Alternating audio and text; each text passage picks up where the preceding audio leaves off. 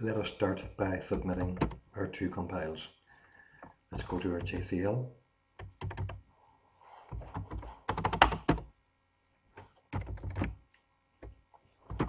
We will submit this first one, the compile and link, A. Submit the run, give it B.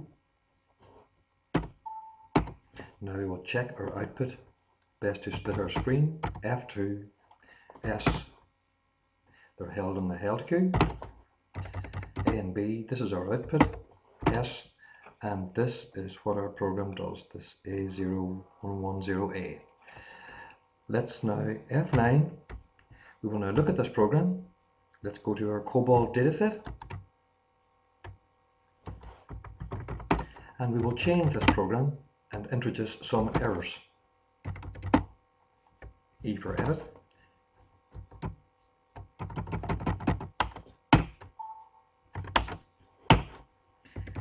And the errors that we will introduce is at the end of this statement there should not be anything appearing afterwards, but I will now put in the following erroneous information. I will save it. I will now submit my two JCLs, the compile and link and the run.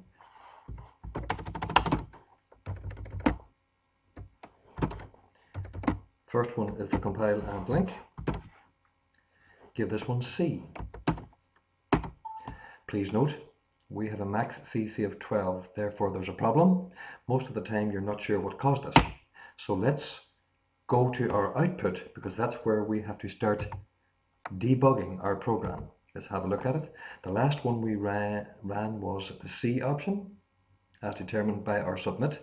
So we first of all do question mark, and we look for the job step of COBOL right here. Put an S, this is our compile listing, page down, and we will begin to see our COBOL program appearing.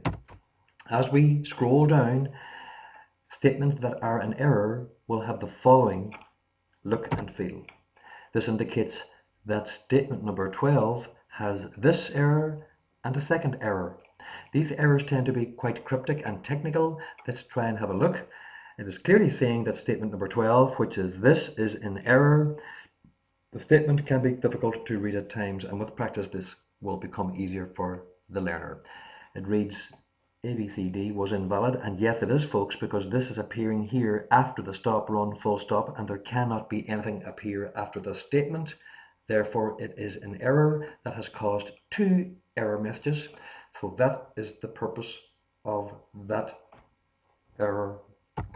I now come out of my listing, I F9 across to my COBOL program, I go to my COBOL dataset,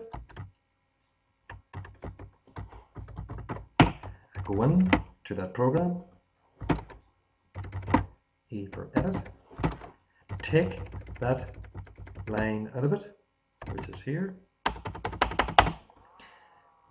F3 to save, F3, go to my JCL dataset,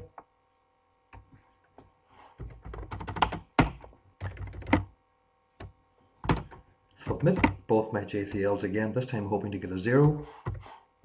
We'll try D this time. Yes, looking good. We will now run the program. By the way, you cannot run a program if it doesn't compile. Another max equal to 0 means we're now ready to run the program. The output has gone to the SDSF. Let's take a look at it. Here it is. If we S to select it, we now see our output. We have debugged this program.